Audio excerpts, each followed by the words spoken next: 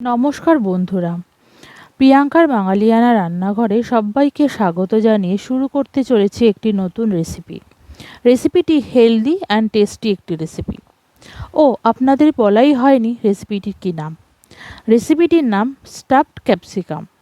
আপনারা এই রেসিপিটি হোমমেড বাড়িতে স্টার্টার হিসাবেও কিন্তু খেতে পারেন। তাহলে চলুন আমি বাড়িতে কিভাবে স্টাফড ক্যাপসিকাম রেসিপিটি তৈরি করি আপনাদের সাথে শেয়ার করা যাক।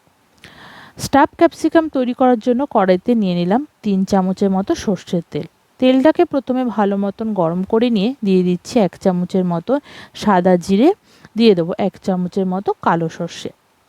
এরপরে দিয়ে দেবো 5 থেকে 6টার মতো কারি পাতা। হালকা একটু নাড়াচাড়া করে নেব।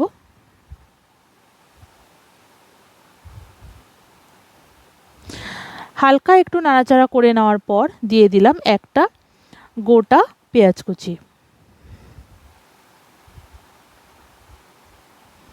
পেঁয়াজটাকে দিয়ে একটু হালকাভাবে নাড়াচাড়া করে নিচ্ছি।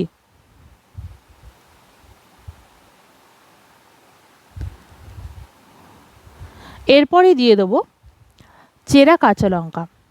আমি চেরা কাঁচা লঙ্কা এখানে দিয়েছি 5 থেকে 6টার মতন। আপনারা লঙ্কার ঝাল অনুযায়ী কিন্তু লঙ্কাটা দেবেন। এখন কিন্তু আমি কোনো কিছু নুন বা হলুদ কোনো মশলা কিন্তু এখন দিচ্ছি না। প্রথমে ভালো করে পেঁয়াজটাকে ভাজা ভাজা করে নেব।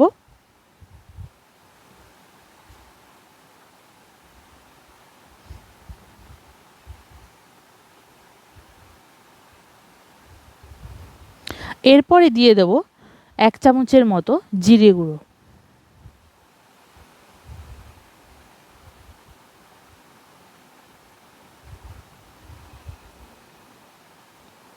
এরপরে দিয়ে দিচ্ছি একদম অল্প করে হলুদ গুঁড়ো।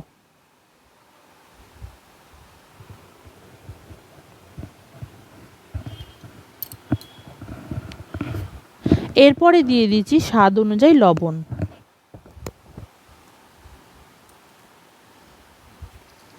সব মশলাগুলো ভালো করে পেঁয়াজের সাথে মিশিয়ে নেব।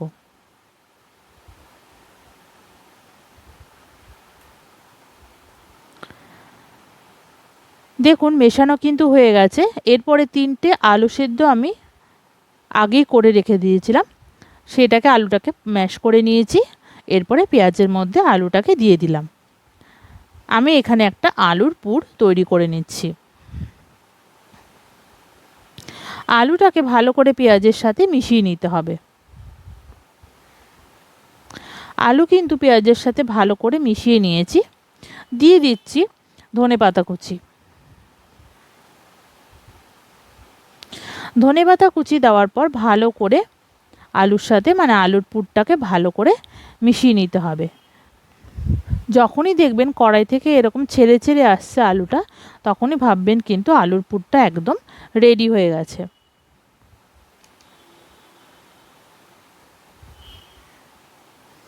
এরপরে আমি ঠান্ডা করার জন্য একটা বাটির মধ্যে আলুর পুরটাকে রেখে দিচ্ছি।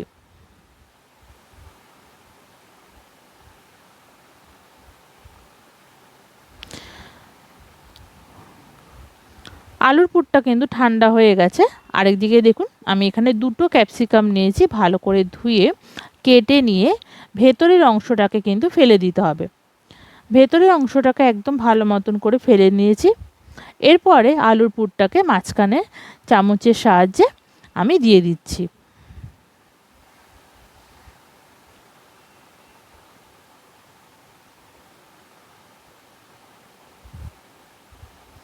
একটা ইউনিক রেসিপি আজ আপনাদের সামনে শেয়ার করছি। আপনাদের কাছে অনুরোধ, আপনারা পুরো ভিডিওটি দেখুন, আপনাদের কিন্তু খুবই ভালো লাগবে। ক্যাপসিকামে আমরা নানা ধরনের রেসিপি ট্রাই করেছি। এই রেসিপিটা আপনারা একবার অন্তত বানিয়ে দেখুন, আপনাদের কিন্তু খেতে ভালো লাগবে। আর যারা খাবেন তারাও কিন্তু আপনাকে বারবার বানানোর জন্য অনুরোধ করবে।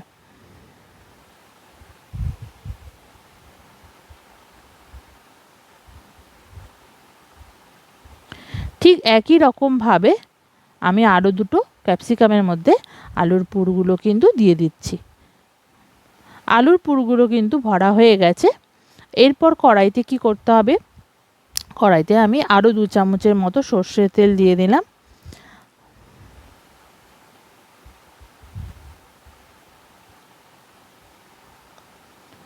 তেলটাকে একটু নাড়াচাড়া করে নিয়ে আমি এক এক করে ক্যাপসিকামগুলো দিয়ে দেব। একটা পিঠ ভাজা হয়ে গেছে হালকা লাল, এরপরে আমি আরেক পিঠ উল্টিয়ে দিলাম।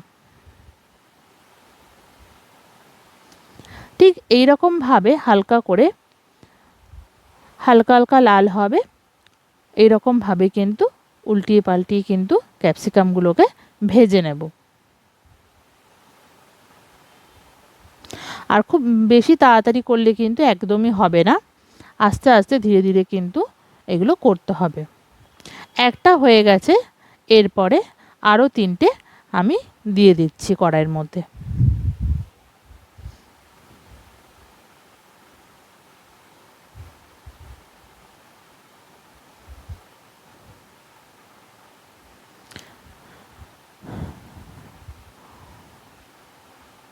আর খুবই আস্তে করে কিন্তু একদমই নাড়াচাড়া বা উল্টি পাল্টি দিতে হবে, নয়তো ভেঙে যাওয়ার চান্স থাকবে।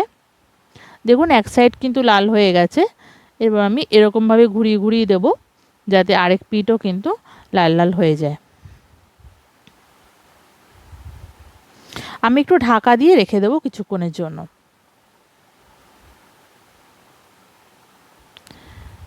দেখুন সুন্দরভাবে কিন্তু ক্যাপসিকামটা আমার ভাজা হয়ে গেছে। এই নিয়ে দ্বিতীয়বার হলো ভালো করে করা, আরও 2টো আছে, এটা একটু আস্তে আস্তে একদম লো ফ্লেমে কিন্তু গ্যাসটাকে রেখে দেব, রেখে কিন্তু আস্তে আস্তে করে ভেজে নেব।